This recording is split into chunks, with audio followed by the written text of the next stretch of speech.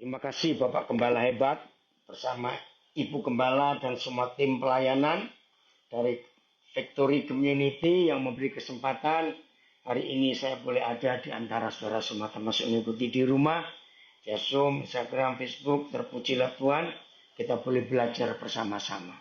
Baik, saya percaya semua kita pasti setuju kalau saya katakan kalimat ini. Satu-satunya hal yang selalu setia.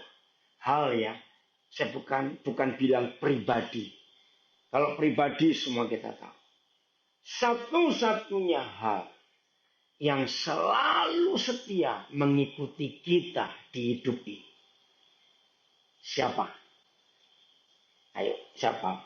Jawab. Salah nggak apa-apa. Satu-satunya hal yang paling setia mendampingi kita. Kita nggak mau dia muncul, dia tetap akan ada. Apa? Nggak dengar yang kencang? Apa?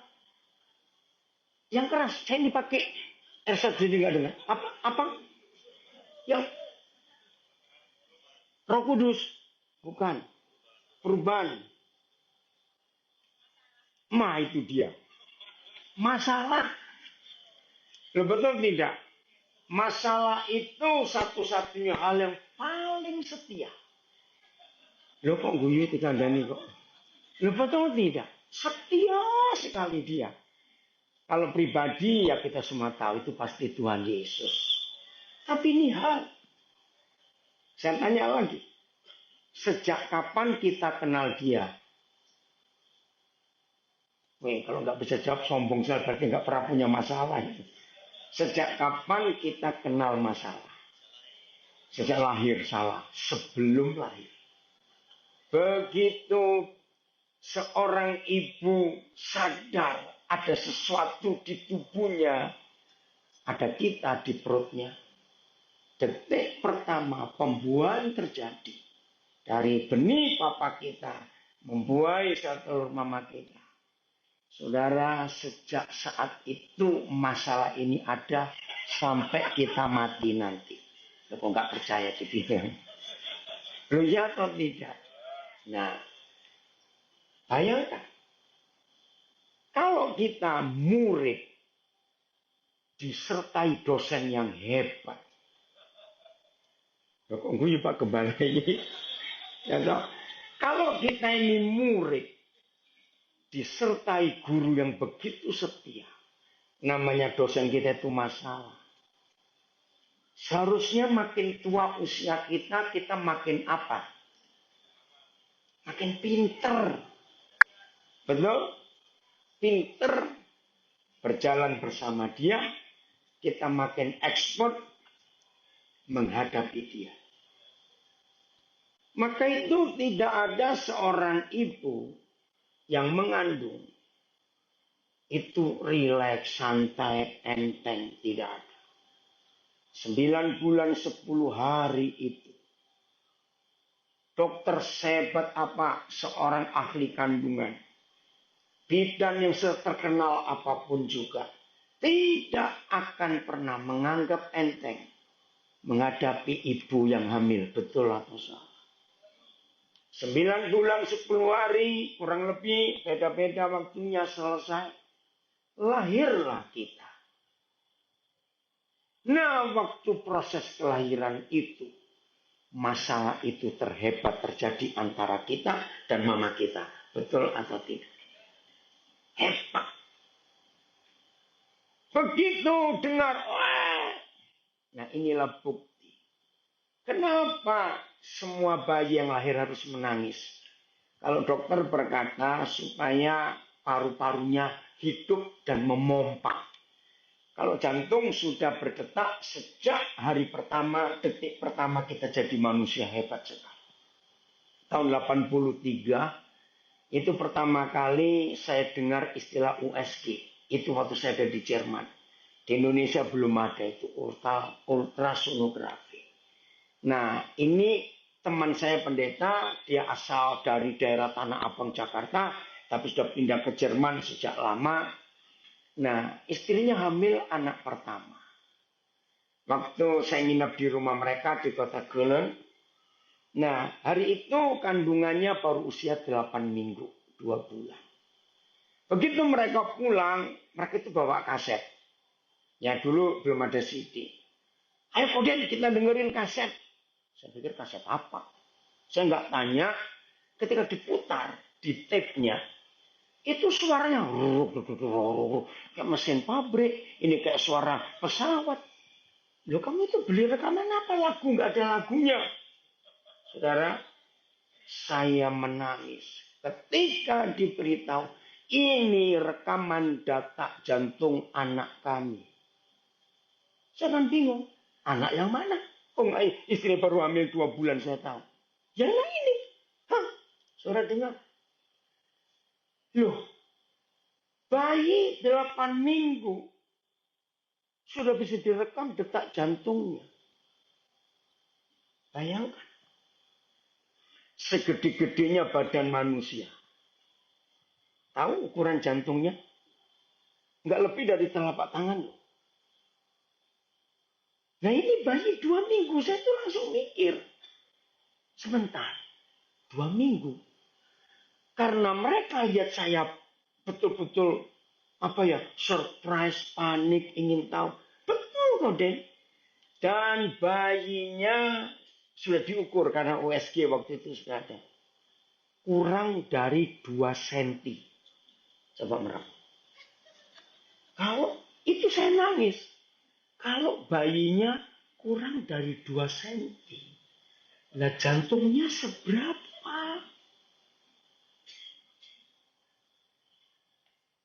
Mereka orang lihat saya nangis. Sambil saya nangis, saya pegang dada saya. Wih, bisa bayangkan nggak? Berapa panjang badan kita? Waktu umur 2 bulan dalam kandungan itu pecah. Masalah halnya baru ngomong nih. Berapa panjang badan kita? Kurang. Ternyata jantung sudah berdetak. Wih, saya bilang papa engkau dahsyat. Sudah jangan tanya berapa ukurannya, sudah nggak ngerti. Dan waktu direkam, suaranya jelas seperti ini.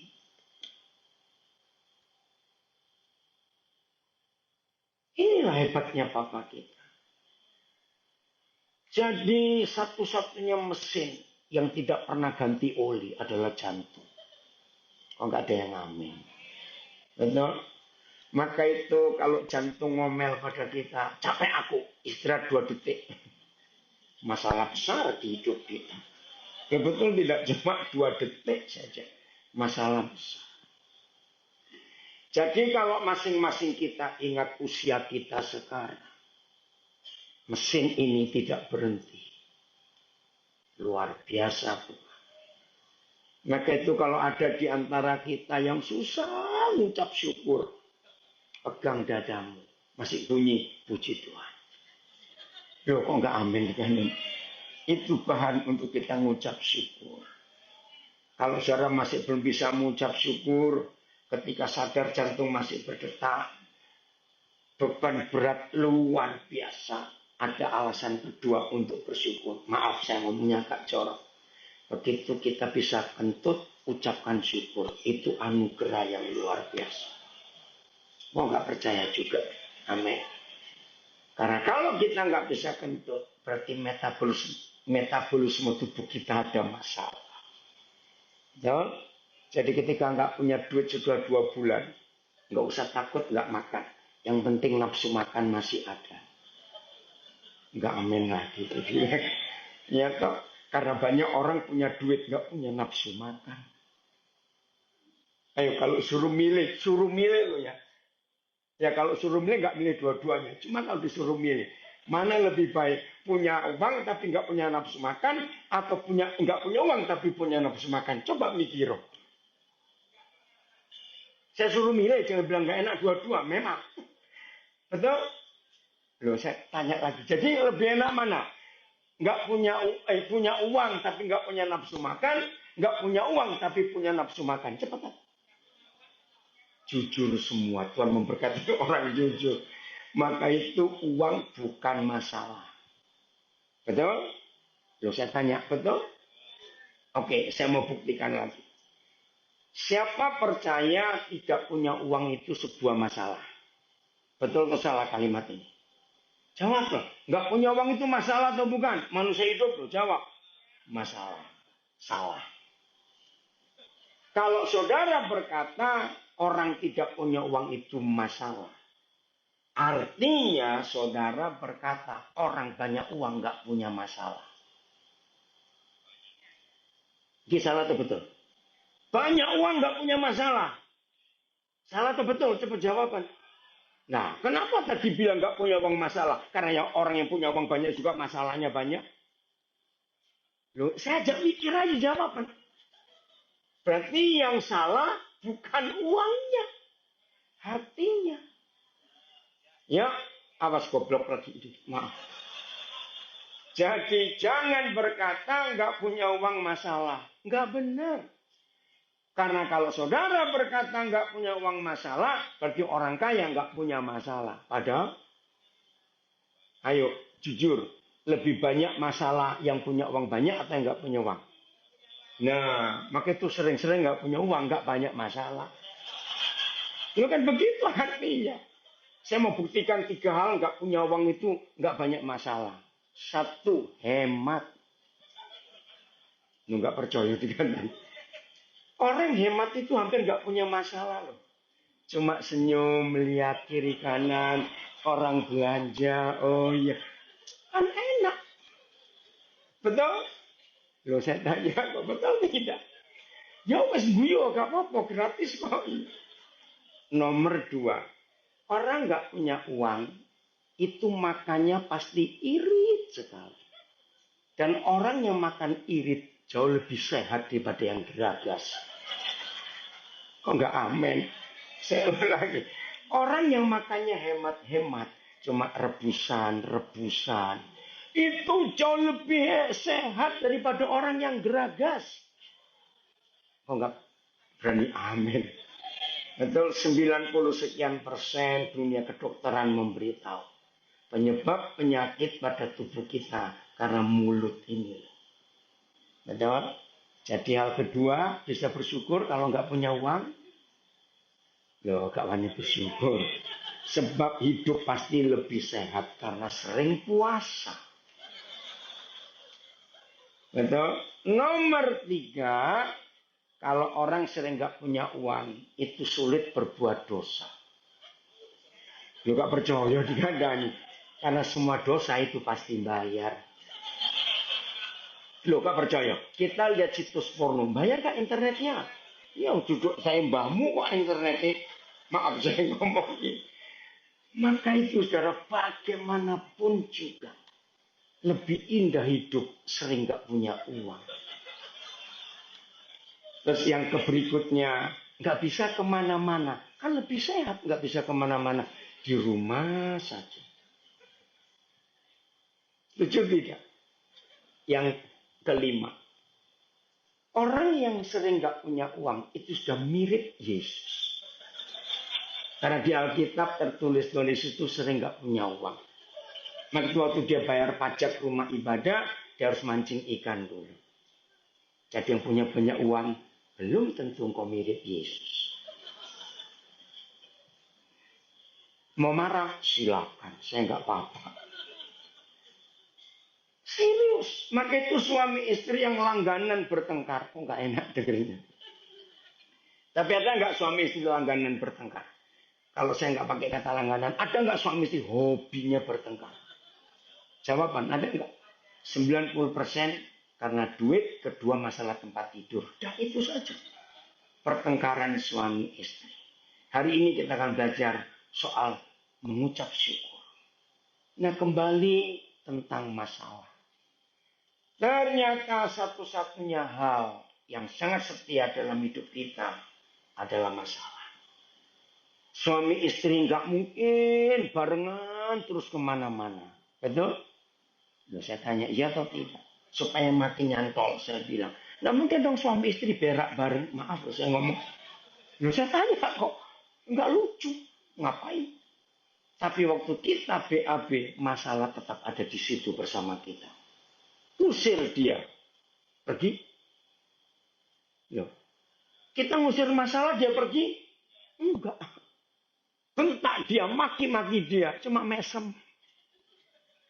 Dia nggak akan pergi dari kita. Maka itu kalau hidup kita sibuk dengan masalah, ngurusin masalah, kita orang paling bodoh sedunia.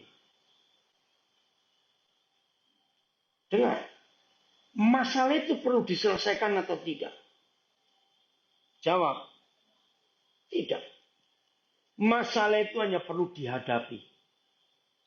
Karena kalau saudara ngotot akan menyelesaikan masalah, berarti saudara punya anggapan kalau masalahnya selesai dia nggak akan balik lagi. Begitu? Dia balik dengan versi yang lain. Ya kok nggak amin? Betul? Lain versinya. Loh ini saya mau yakinkan saudara. Supaya kalau doa itu nggak cuma bilang masalah saja. Tuhan bosan loh kita lapori tentang masalah kita. Kalau Tuhan model saya akan jawab, ngerti aku. Itu jawabannya. Ngapain dia dilapori tentang masalah kita? Dia tahu. Akhirnya lahirlah kita. Nah kalau cuma supaya paru-paru berfungsi, ternyata nggak cukup dengan, ternyata bisa dengan cara lain. Nggak menangis. Ayo kalau ada dokter spesialis sana, tolong saya untuk betulkan kalimat ini. Jadi, kalau sampai hanya untuk memfungsikan paru-paru, itu nggak bisa tidak dengan menangis, yaitu dengan tertawa. Itu bisa, ya.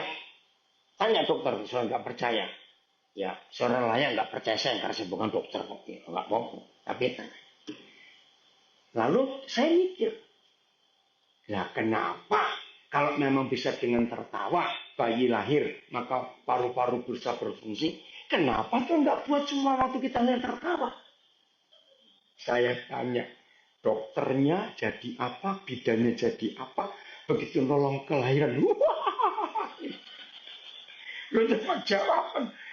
Ini dokter nggak punya darah tinggi langsung bisa stroke. Loh iya atau tidak? Ngerti nggak maksud ini saya ngajarin ini saudara? Kenapa semua kita lahir harus menangis? Untuk meyakinkan setiap kita, masalah akan selalu setia dengan kita. Sampai hari terakhir kita hidup di dunia, dia tetap akan setia pada kita. Betul? Ya atau tidak saya tanya ini? Ada wajah yang gak enak saya lihat di sini.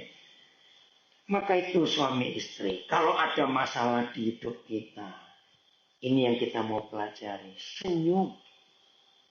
Nanti kita akan buktikan, dan ini yang saya alami. Masalah nggak perlu didoakan, masalah nggak perlu diselesaikan, masalah nggak perlu minta doa pendeta, doa ini nggak usah, hadapi saja. Masalah itu cukup kita senyum. Kenapa kita senyum? Karena kita sudah kenal dia sejak kita masih dalam kandungan. Jadi kalau dia datang lagi, jawab, oh konco lawas. Nah, betul tidak? Ya teman lama datang lagi. Walaupun kita nggak suka, dia kan tetap ikut. Setuju saya ngomong ini? Maka itu mengapa Tuhan mengajar kita mengucap syukurlah dalam segala hal. Ini kunci. Saudara, serius kita belajar hari ini. Kalau hidup kita hanya sibuk ngurus masalah, kita akan kehilangan banyak waktu. Maka itu ketika satu-satunya idola saya di seluruh Alkitabnya, seorang ikuti boleh enggak juga enggak apa-apa. Satu-satunya pribadi yang saya idolakan di Alkitab itu Yusuf. Serius, saudara. Di perjanjian lama itu hanya ada dua pribadi yang tidak punya catatan dosa sampai dua orang ini meninggal. Dan salah satunya adalah Yusuf. Maka itu saya idolakan dia. Saudara catat, dari Adam sampai Paulus. Maaf, semua punya catatan dosa, termasuk kita juga. Hanya Yusuf tidak ada catatan dosa. Sampai dia mati. Waktu saya jadi guru sekolah minggu, saya menemukan rahasia Yusuf itu. Ya, ini cara. Maka itu kalau saudara mendengar saya khotbah, ada orang berkata gini, maaf ya ini untuk kemuliaan Tuhan. Ayat sesulit apa? Tapi kalau Tuhan nyuruh saya ngajarkan ayat itu, ternyata gampang dimengerti. Penyebabnya cuma satu. Kalau saya belajar firman dan saya mengajar firman, saya selalu pakai logika anak-anak. Karena saya pernah jadi guru sekolah itu hampir 14 tahun. Jadi tahu bagaimana cara mengaplikasikan, mengajarkan firman itu kepada anak-anak. Dan Tuhan Yesus berkata, belajarlah kepada anak-anak. Jadi dosen saya untuk belajar Alkitab, bukan dosen teologi, tapi anak-anak itu. Coba bayangkan satu kali saya ngajar tentang Nuh. Anak-anak zaman itu belum ada kapal. Jangan lagi kapal getek. Tahu getek? Rakit. Itu belum ada. Manusia belum punya alat transportasi air. Lalu Tuhan menggambar kapal itu. Dan Nuh mengerjakan sesuai gambar itu. Lu ada anak nyelotok. Tuhan gambar pakai kertas apa? Hah? Mana kepikir saya? Terus saya tanya teman-teman saya guru yang lain, tolong jawab.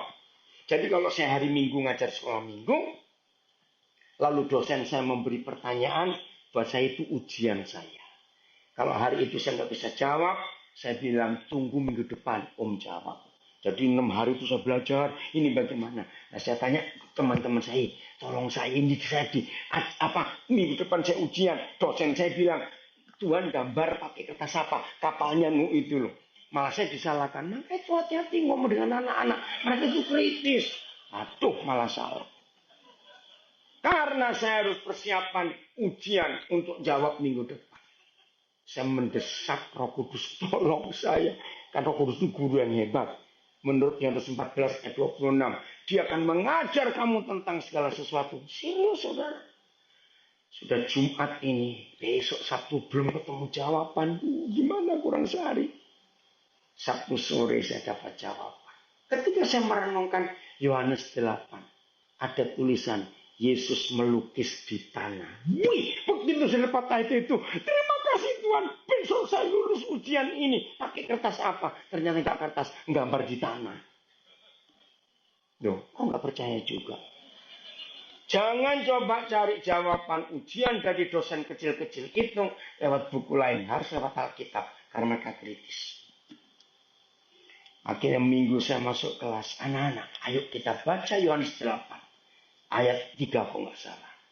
Nah anak yang tanya itu, maka itu saudara, kita ini kalau nggak hadapi anak kecil, wajah mereka itu, mimik wajahnya, bisa ngerti nggak? Kalau mereka itu puas dapat sesuatu, apa saja, wajah mereka menyenangkan nggak? Coba lihat anak-anak kecil itu, gemes. Nah yang paling lucu saya suka wajah anak-anak kalau mereka lagi bohong. Betul nggak? Ini yang saya gemes. Kenapa setelah kita dewasa, kok nggak bisa punya wajah itu lagi? Loh, ngerti nggak maksud saya? Ayo, gimana?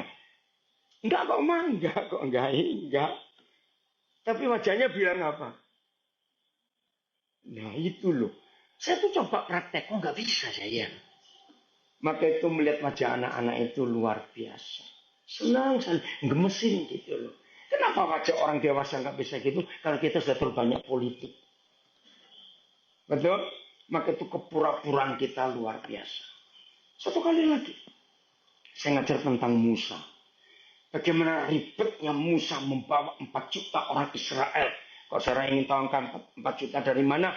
Bilangan pasal 1 menulis jumlah yang dibawa Musa. Anak laki-laki yang berumur 20 tahun ke atas.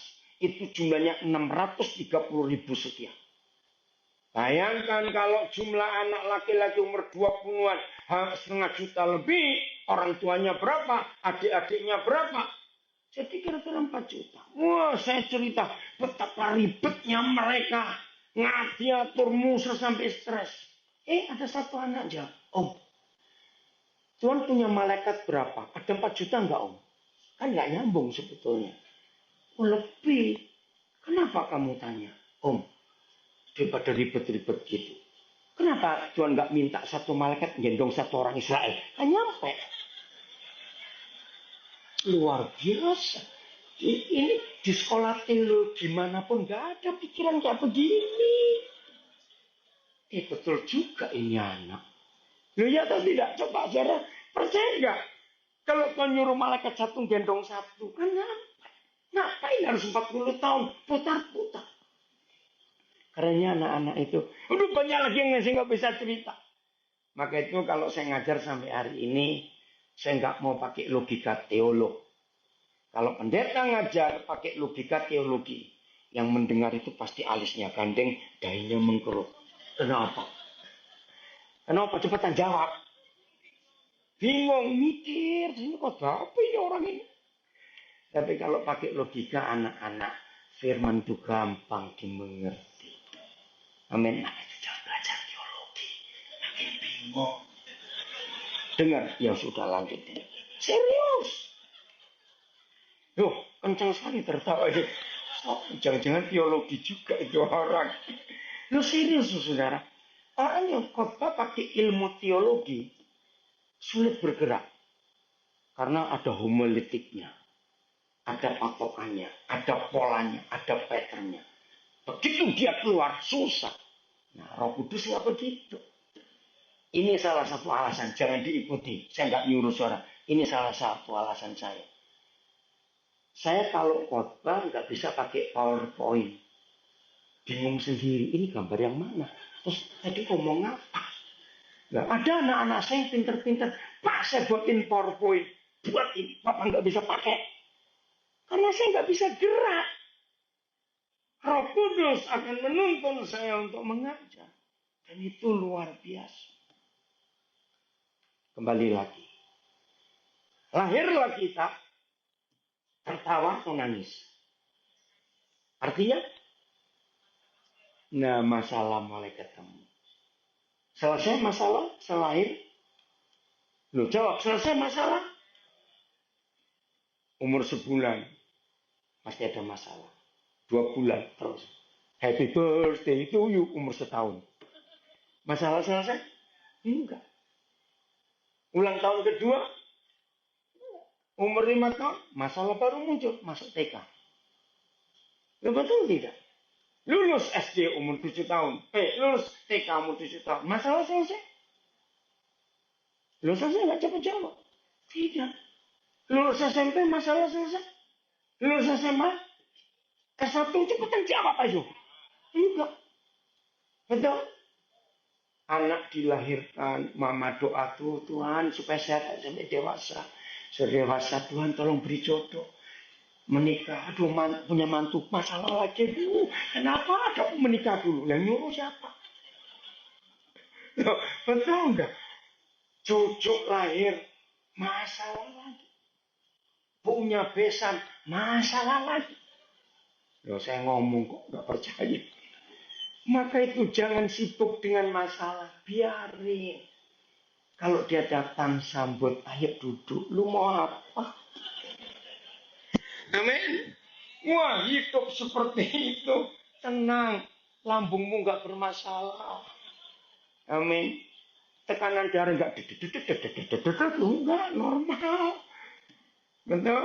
Fungsi liver, SGPT, SGOT normal semua. Nggak percaya. Tenangkan diri. Senyum kalau mereka datang senyum. Maka kemenangan. Loh kok sekarang 16 menit? Gak salah lagi. Salah itu jamnya. Saya baru 29 menit loh ngomong. Gimana itu Pak Kebal? Terus ya. Nggak usah lihat itu gimana. Saudara, inilah kehidupan.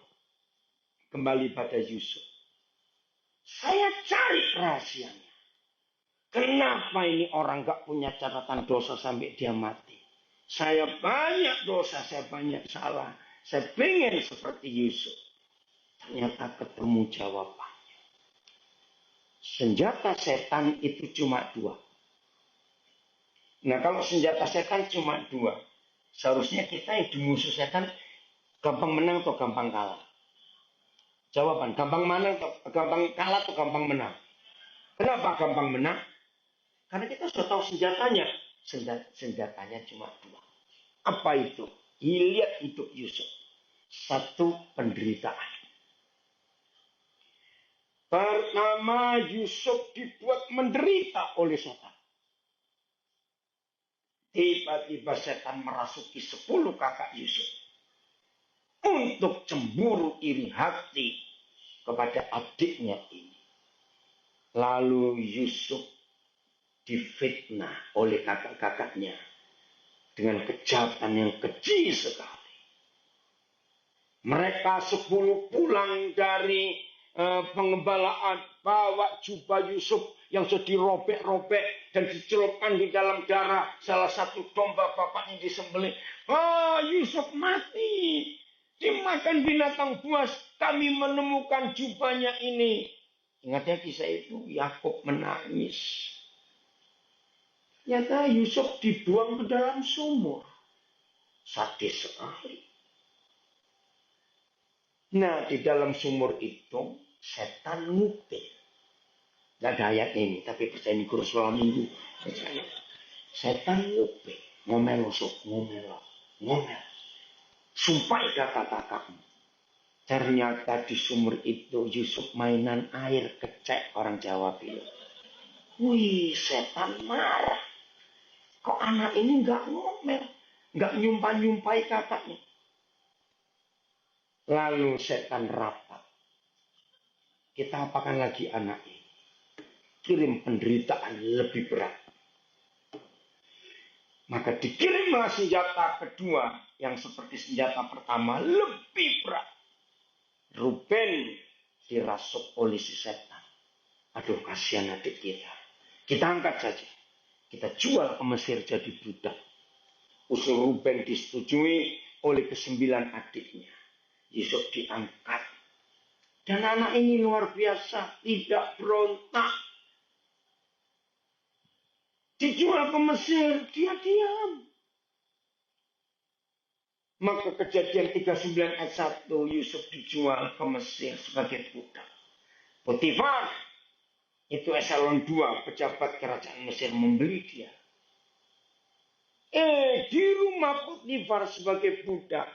Setan nguping lagi. Harusnya Yusuf maki-maki ngomel. Kan dia anak kesayangan bapaknya, anak emas. Setan gak dengar Yusuf ngomel. Dia ngucap syukur, dia senyum di situ. Rapat lagi setan. Kita apakan ini enaknya anak ini? Dua senjata kita, yang pertama senjata penderitaan. Gak mempan. Maka muncullah senjata kedua. Kenikmatan. Yusuf disayang oleh Potifar. Saudara sayang waktu ya, baca tinggal 12 menit. Oke. Yusuf disayang Potifar. Udah tak lewat aja karena Pak Gembala setuju. Kita buka ayatnya dah. Kejadian 39. Ya udah lupakan angka 12. Kita buka kejadian 39. Oke, mulai ayat. Oke, ayat 1 ya, baca. Adapun Yusuf telah dibawa ke Mesir. Dan Potifar seorang Mesir, pegawai istana Firaun, eselon 2 ya, kepala pengawal raja, membeli dia dari tangan orang Ismail yang telah membawa dia ke situ. Cepat, ini jalan-jalan bukan tur ke Israel lewat Mesir, enggak. Tetapi ini loh yang luar biasa. Tetapi Yahweh Bapa di surga menyertai Yusuf sehingga ia menjadi seorang yang selalu berhasil dalam pekerjaannya. Maka tinggallah ia di rumah tuannya, orang Mesir itu. Jadi Yusuf dapat kesayangan.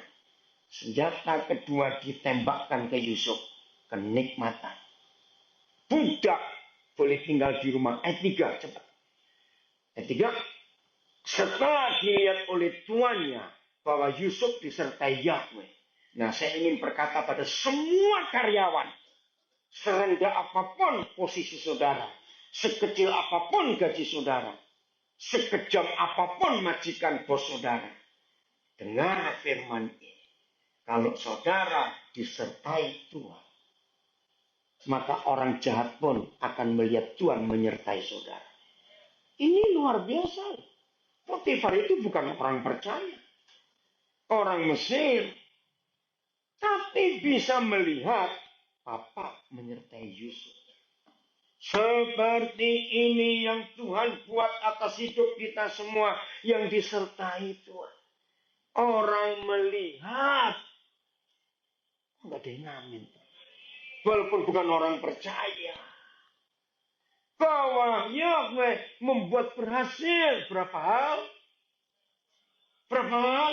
Segala sesuatu yang dikerjakannya. Ayat 4 cepat. Maka naik lagi jabatannya. Maka Yusuf mendapat kasih tuannya. Dan ia boleh melayani bos. Budak nggak boleh. Kepada Yusuf diberikannya apa? Kuasa atas mananya saja. Rumahnya dan segala miliknya diserahkan pada kekuasaan Yusuf. Tolong para karyawan, sekejam apa bosmu, seberat apa pekerjaanmu, dan sekecil apa gajimu. Hidupi ayat 5 Kejadian 39. Sejak bos ini ngapain? Baca. Memberikan kuasa dalam rumahnya dan atas segala miliknya kepada Yusuf. Ini loh.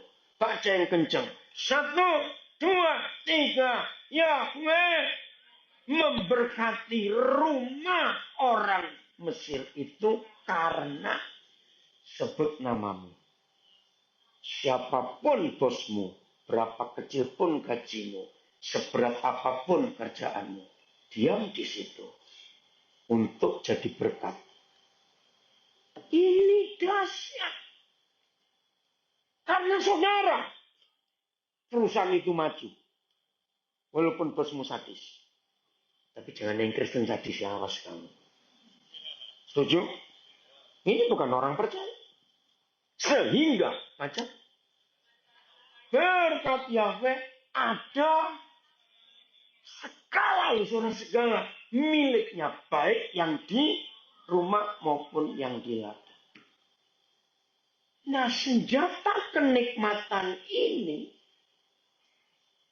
membuat Yusuf makin hebat. Setan rapat lagi. Ini anak kok kurang ajar betul. Kita setembakkan senjata-senjata kita. Ini anak gak jatuh-jatuh. Hasil rapatnya, setan berkata, kita tetap pakai senjata kedua. Tapi kenikmatan kita tingkatkan. Ada apa? Ayat berapa sih sekarang ini saya lupa. 6. Ayat 7 sekarang. Nah, baca lanjut. Segala miliknya. Oke, ya Bapak ini ayat 7. Lu balik mana? Ya wes 1, 6. Lu balik lagi ayat. Balik ayat 6 dulu. Ayat 6. Maaf ya. Baca 1, 2, 3. Segala miliknya diserahkannya pada kekuasaan Yusuf. Dan dengan bantuan Yusuf, Potifar tidak usah lagi mengatur apa-apapun selain dari makanannya. Makannya sendiri. Adapun Yusuf itu manis sikapnya dan elok parasnya. Budak loh. Kenapa cuma makanan? Ini kebiasaan raja-raja zaman dulu. Ya, takut diracun. Ingat ya, zaman kaisar-kaisar di Tiongkok dulu, raja manapun, semua makanan yang sebelum dimakan raja harus ada seorang pegawai yang ngincipi dulu. Supaya kalau mati duluan, gitu maksudnya.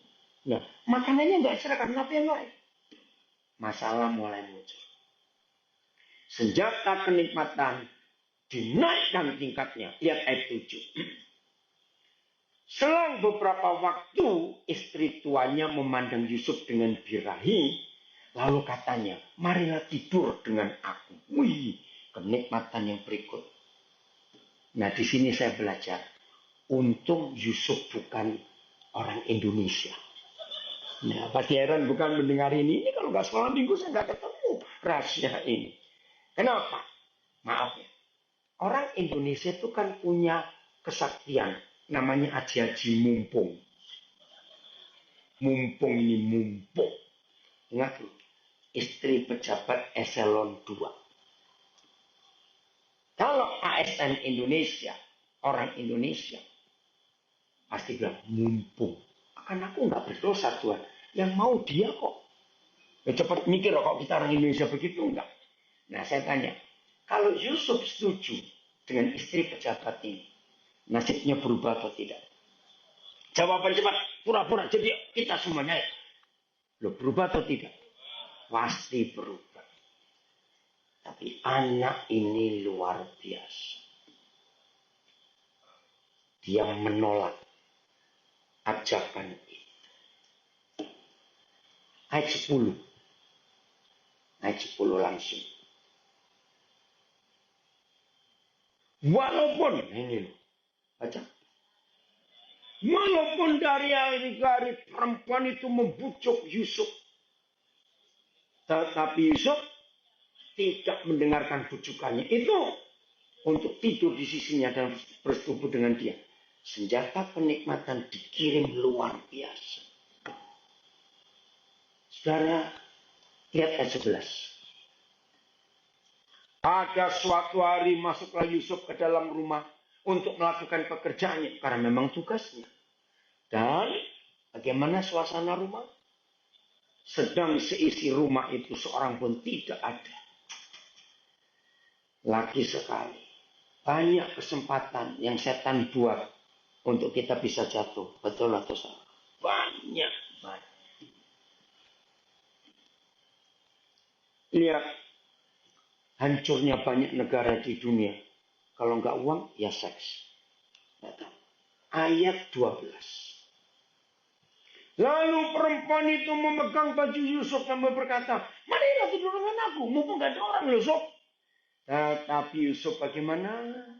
Meninggalkan bajunya di tangan perempuan itu dan, nah apa kalau ditulis dan lari di tempat? Ya jawaban, lain cerita. Lari keluar. Wah, setan murka lagi. Rapat lagi mereka. Bagaimana ini anak? Terus parigi mati kurang 3 menit. Gak apa-apa kedip-kedip dia. Bagaimana ini anak? Rapat lagi. Maka hasil rapatnya. Ayo kita kembali ke senjata pertama. Apa senjata pertama tadi? Penderitaan. Lihat ayat berikut. Ketika dilihat perempuan itu. Kalau Yusuf meninggalkan bajunya dalam tangannya dan lari keluar terus. Dipanggilnya lah seisi rumah itu. Lalu katanya kepada mereka. Lihat. Dibawanya kemari seorang Ibrani. Supaya orang ini dapat mempermainkan kita. Orang ini mendekati aku untuk tidur dengan aku. Tetapi berteriak-teriak dengan suara keras. Sadis enggak? Terus.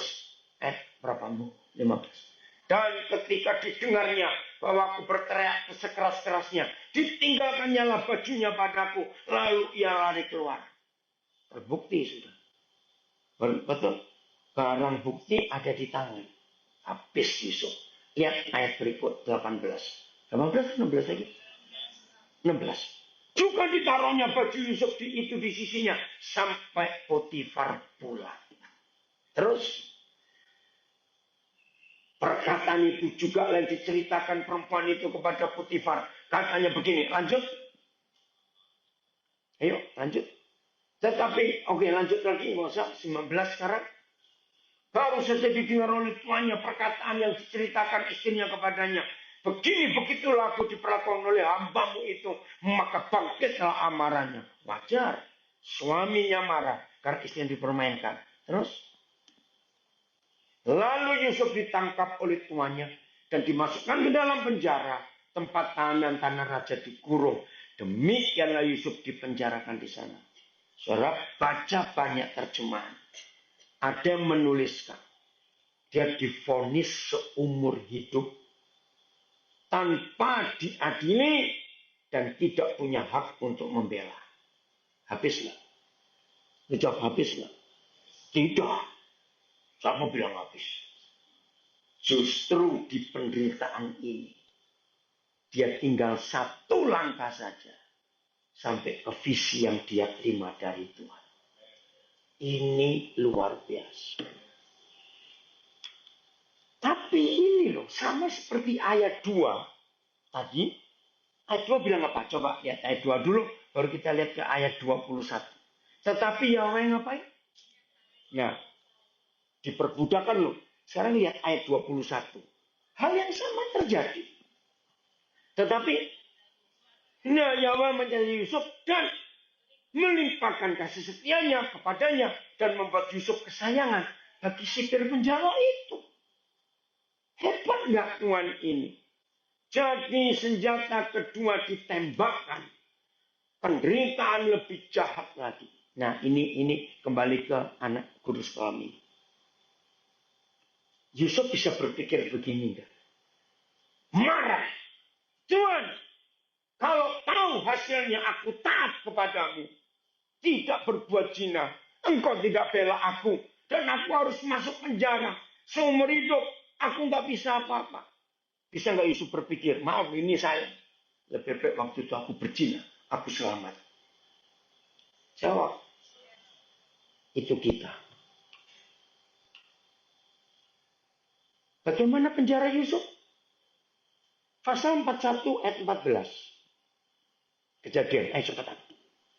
Ya kok balik 13 lagi? Pak jamnya ini, kok balik 13? Ya besar. Kenapa? Mujizat. Kata Pak Gembala mujizat. Kemudian Firaun menyuruh memanggil Yusuf. Terus segala segala ia dikeluarkan dari tutupan. Ia bercukur dan berganti pakaian lalu pergi menghadap Firaun. Cuma satu langkah. Pertanyaan. Kenapa tutupan? Saudara cari Alkitab bahasa Mandarin, bahasa Itali, bahasa Jawa, bahasa Batak, bahasa Madura, bahasa apa saja. Ternyata Mesir itu punya 4 macam penjara. Satu penjara. Orangnya dikelilingi 4 tembok tapi masih bisa bebas. 2 itu sel. Jail bahasa Inggrisnya. Pertama prison, lalu jail. Sel itu di satu kamar. Nggak boleh kemana-mana. Itu penjara kedua. Penjara ketiga itu tutupan. Baca sejarah Mesir ada tulisan itu.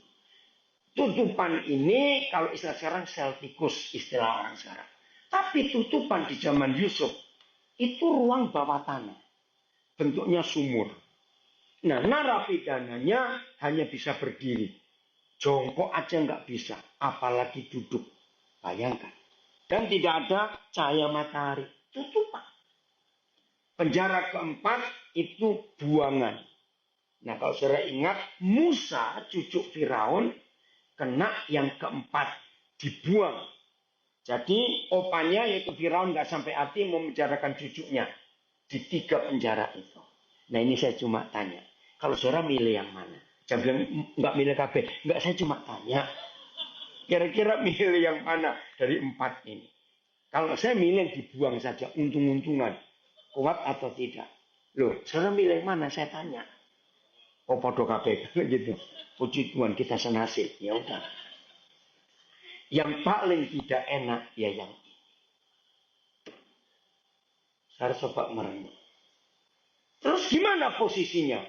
Mazmur 105 ayat 17. Aduh. Tuhan kau luar biasa. Maka itu kalau kita sering cuma dengar khotbah Ayub, enggak separah ini. Diutusnya lah. Nyanyi huruf besar atau huruf kecil. Jadi siapa? Tuhan yang mengutus seorang mendahului mereka. Siapa namanya? Yusuf. Yang dijual menjadi budak. Ayat 18. Ngeri. Mesir ngapain? Mengimpit kakinya dengan tali rafia. Apa? Ya bacaan. Artinya besi. Lehernya sayang. Di mana penjaranya? tutupan. Maaf loh. Kencing berak berdiri. Saya bayangkan. Sekian belas tahun ini. Bukan 3 hari. Maaf. Saya orang Surabaya. Saya lahir di Bubutan. SD saya di Jagalan. SMP saya di Undaan Kulon. Orang Surabaya apa ini? Ngerti? Kalau Yusuf orang Surabaya pasti keluar kalimat ini. Hei, istri Potifar madar kondisi berbeledek. Kan gitu orang Surabaya kalau ngomong Mateo kon. Loh, masa lupa kalau Surabaya? Loh, ya atau tidak? Masih ingat kata mandar kon gitu. Yang muda-muda pasti nggak kenal kata itu. Mandar kon tahu? Artinya apa sih? Mandar kon. Semoga betul. Semoga kamu disambar kilat. Loh, wajar nggak Yusuf maki-maki mengutuki istri Potifar? Aku nggak salah. Kamu fitnah aku sampai semenderita ini. Maka itu waktu senjata kedua. Penderitaan yang lebih berat ditembakkan ke Yusuf. Setan tidak mendengar anak ini ngomel, ngeluh, ngutuki. Tetap senyum. Akhirnya setan rapat lagi. Nggak usah cari ayatnya, tapi percaya. Hasil rapat yang kesekian di istana neraka.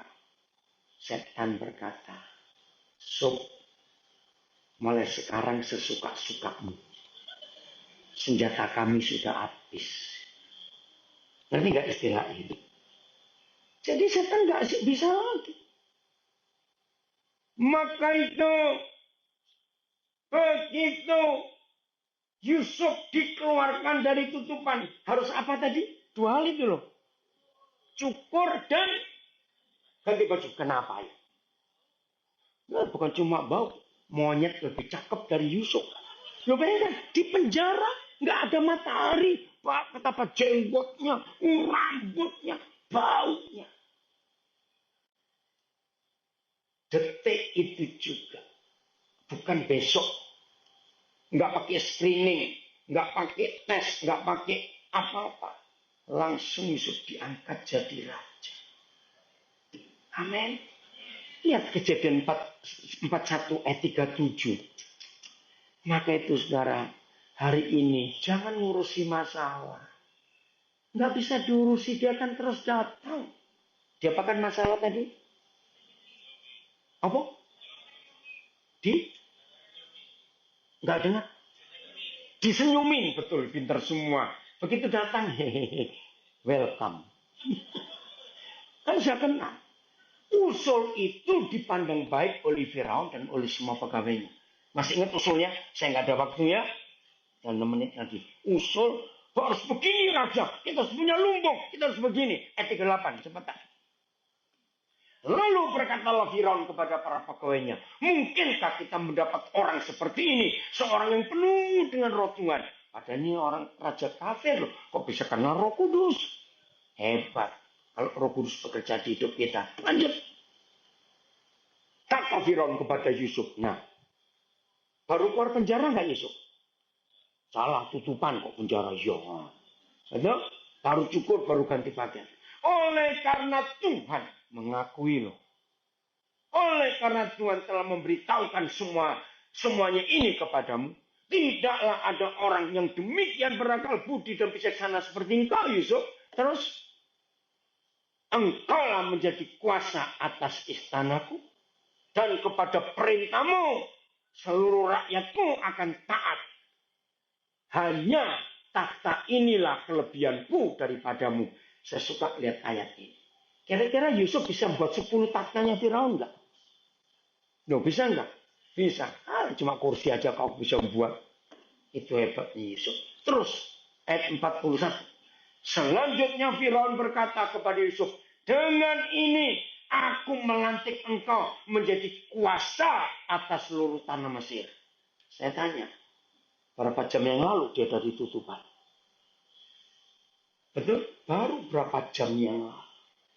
Langsung nasibnya berubah. Karena senyum kepada masalah. Kalau masalah mbok omeli, gedindasi deh.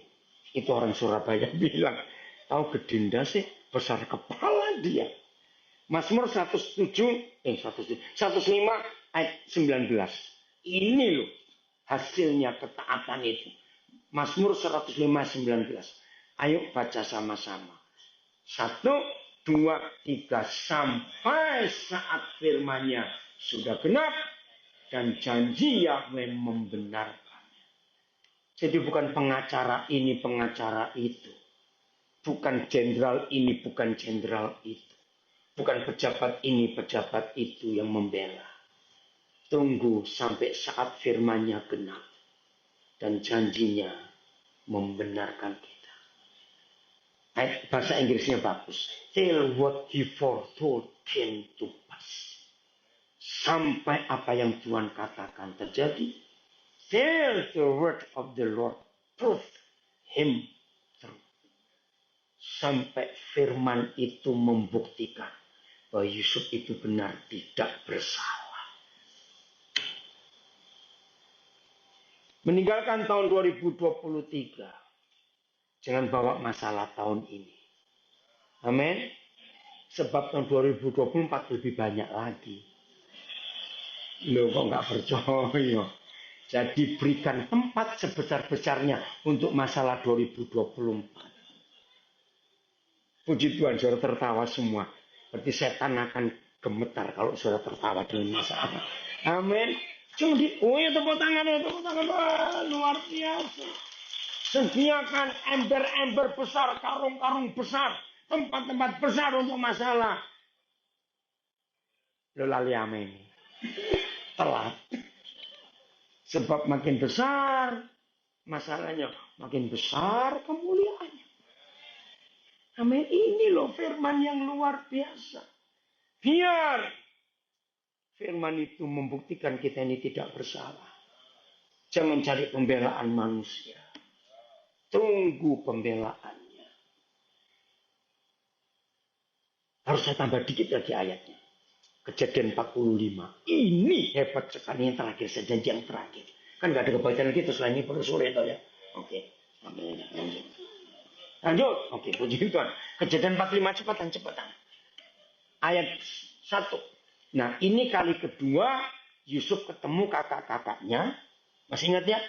Pertemuan pertama waktu kelaparan. Nah, waktu pertemuan kedua Benyamin diajak. Yusuf luar biasa.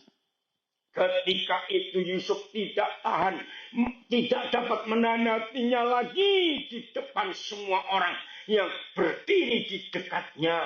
Lalu berserulah Yusuf, suruhlah keluar semua orang yang dari sini. Maka tidak ada seorang pun yang tinggal di situ bersama-sama Yusuf ketika ia memperkenalkan dirinya kepada saudara-saudaranya. Ayat 2 cepetan.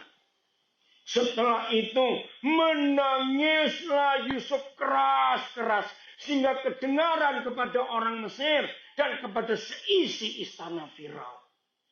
Kalau ada soundman di sini, tahu soundman itu? Soundman pasti tanya, ini sound merek apa, mikrofon merek apa, speaker merek apa? Kok hebat sekali? Ayo kita bongkar dikit. Kita nggak tahu istana Firaun sebesar apa. Tapi percaya lebih gede dari New Geraha Victory. Betul? Lebih gede dari gedung kota Madya Surabaya. Lah nangisnya pakai mikrofon apa kok seluruh orang bisa dengar? Dan seluruh Mesir. Saya nggak tahu lebih besar Surabaya atau Mesir zaman itu. Misalnya Mesir itu sebesar kecamatan Semampir. Misalnya. Saudara bisa bayangkan ini nangis cara apa? Lu ngerti nggak maksud saya? Nggak ada soundman, jangan cari ini produksi mana karena belum ada elektrik zaman itu. Jadi nggak ada mikrofon, nggak ada speaker. Tapi bunyi, mulai suruh berhenti saya. Musik bunyi, nggak apa-apa. Bunyi ya terus nggak apa-apa. Dengar ya, saudara. Karena sudah terbiasa pengkhotbah kok dikasih musik suruh berhenti nggak apa-apa. Saya nggak marah kok, saya nggak marah. Oke. Apa? Senyum. Nah, loh, balik nol lagi loh, timernya balik nol. Oh, saya cepetan saya balik. Begini loh caranya ngitung. Alkitab itu teliti. Kalau saudara pulang baca Kejadian 37 ayat 2. Yusuf disebut umur 17 tahun. Waktu dia dijual ke Mesir. Masih remaja enggak? Kalau Yusuf zaman sekarang hobinya apa? Nge-game YouTuber pasti gitu. Yusuf enggak. Nah, Kejadian 41 ayat 3 berapa saya lupa. Yusuf umur 30 tahun waktu dia menghadap Firaun.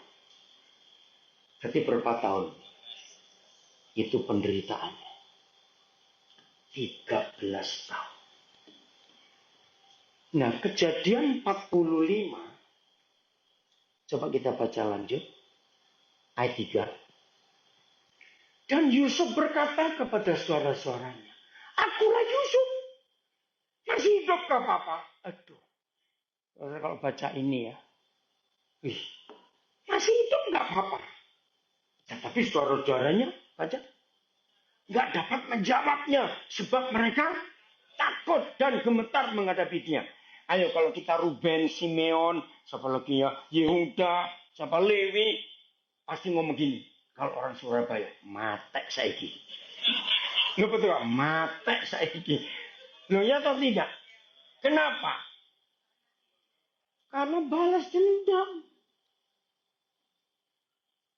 Tapi enggak, saudara, ini yang luar biasa.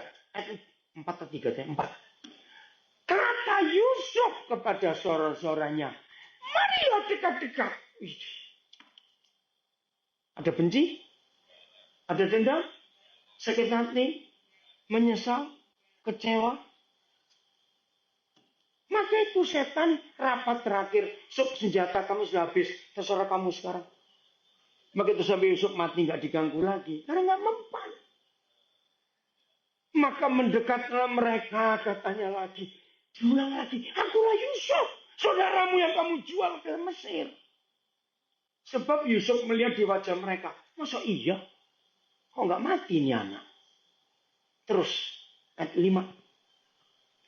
Tetapi sekarang, janganlah bersusah hati dan janganlah menyesali diri karena kamu menjual aku ke sini. Jadi Yusuf sadar nggak? Yang menjual dia siapa? Kakak-kakaknya. Ini loh iman kalau senyum pada masalah. Sebab, karena kamu menjual aku ke sini. Sebab, untuk memelihara kehidupanlah Tuhan. Gila nggak ini anak? Jelas-jelas kakak-kakaknya. Tapi dalam ucapan syukur, senyum pada masalah. Tuhan yang menyuruh aku mendahului kamu. Maka itu seberat apa masalah hidup kita kalau kita punya hidup Yusuf ini luar biasa. Terus ayat 6. 6 atau 7 kakek aku itu. Nah, karena dari sini kita tahu umur Yusuf pelan-pelan. Umur 17 dia meninggalkan ayahnya dan adiknya Benyamin yang dia sayangi. Umur 30 dia jadi raja. 7 tahun pertama ada kelimpahan. Ditambah 2 tahun. Jadi umur berapa Yusuf di sini? Itu kan cepatnya biasanya hitung duit. Masuk angka-angka susah bener. Umur 39. Berarti berapa tahun dia nggak ketemu Benyamin, berapa tahun nggak ketemu bapaknya. 17 ke 39 cepat. 22 tahun. Pantas enggak tangisannya meledak sekuat itu. Sebab zaman itu belum ada WhatsApp. Loh, ngerti nggak maksud saya? Kalau ada WhatsApp masih lumayan. Betul, bisa video call, bisa tanya. 22 tahun. Meledak enggak tangisan itu. Sampai tanpa speaker dan mikrofon pun orang mendengar. Masih setelah 2 tahun ada kelaparan negeri ini. Dan selama 5 tahun lagi orang tidak akan membajak atau menuai. Terus Tuhan kau luar biasa. Maka Tuhan ngulangi lagi loh. Ngapain? Telah menyuruh aku mendahului kamu ini iman yang luar biasa. Karena pengenalan. Untuk menjamin kelanjutan keturunanmu di bumi ini. Saudara, kalau tidak ada Yusuf, nggak ada bangsa Israel sampai hari ini. Punah mereka. Tuhan menyelamatkan kita. Percayalah itu. Tuhan akan bekerja. Seperti itu nanti untuk 2024. Tuhan akan siapkan Yusuf. Maka itu banyak orang tanya kepada saya. Jadi kode nilai nomor berapa? Nomor 4. Betul. Nomor 4 saya pilih. Siapa? Yusuf. Yusuf dari mana? Enggak ngerti. Karena Tuhan cinta Indonesia. Maka itu diam dulu. Enggak usah sibuk. Maka itu yang ribut-ribut. Masa kakak adik, saudara, suami istri, menantu mertua bisa ribut gara-gara calon presiden. Goblokmu itu loh. Betul tidak? Ngapain pusing? Pokoknya nomor 4 aja lah. Udah, tunggu saja. Nggak percaya, nggak apa-apa. Kita lihat. Jadi Tuhan menyuruh Yusuf, bukan kakak-kakaknya. Terakhir itu 8 saya selesai beneran habis ini. Jadi, baca lagi. Jadi, bukan cuma kamu. Bukan masalah yang menyebabkan kita terpuruk. Bukan kasus ini, kasus itu membuat kita tergencet dan gepek. Bukan. Jadi, bukanlah masalah yang membuat aku seperti ini. Menderita di Mesir. Terus, tetapi, Tuhanlah yang telah menempatkan aku satu sebagai bapak bagi Firaun. Tuan atas seluruh istananya. Dan sebagai penguasa atas seluruh tanah Mesir. Yang belum tahu, supaya tahu. Inilah satu-satunya pribadi kenapa saya idolakan Yusuf. Yang diberi hak untuk mewakili Bapa, Putra, dan Roh Kudus.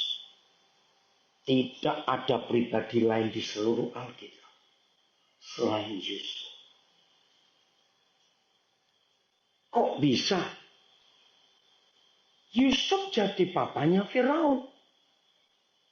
Kenapa? Fungsi papa salah satunya membuat anak-anak merasa aman. Begitu Yusuf tampil, Firaun gelisah dengan mimpinya. Begitu Yusuf tampil, langsung rasa gelisahnya teduh. Firaun merasa aman punya Yusuf. Maka itu bagi Firaun, Yusuf ini bapaknya. Keren? Istananya diserahkan kepada Yusuf sebagai Tuhannya Tuhan. Dan seluruh Mesir, Yusuf menjadi penguasanya. Itulah Roh Kudus. Percayalah seberat apa masalah yang kita hadapi sepanjang 2023. Jangan takut menghadapi 2024 yang pasti lebih berat. Loka amin. Betul? Dengan cara apa? Senyum. Gak usah doa puasa. Gak usah nengking setan. Gak usah pakai kencrotan minyak urapan gue perjamuan. Ngapain lucu-lucu orang itu? Setan mau dikencrotin minyak. Bertobat saudara. Soal bagi ngusir setan bagi bendera. Lah ngapain? Kayak wayang potehi. Aduh. Ini orang-orang ini ngapain? Goblok-goblok kok gereja kayak gitu tuh ngapain? Setuju ya? Gak usah. Cukup senyum. Kok gak amin? Tanya Pak Gembala, selama hidup, waduh berapa banyak tekanan hidupnya. Putih tetap gemuk sampai sekarang. Luar biasa. Hebat. Siap bertemu lagi dengan masalah di 2024? Iya, enggak usah diusir, dia datang terus. Dengan cara apa tadi? Tepuk tangan buat diri sendiri. Karena saudara mau belajar mengenal Tuhan. Ayo kita tinggal tahun ini dengan penuh kemenangan, penuh harapan. Mengucap syukur senantiasa. Senyumi setan, maka dia kalah. Tuhan memberkati kita semuanya.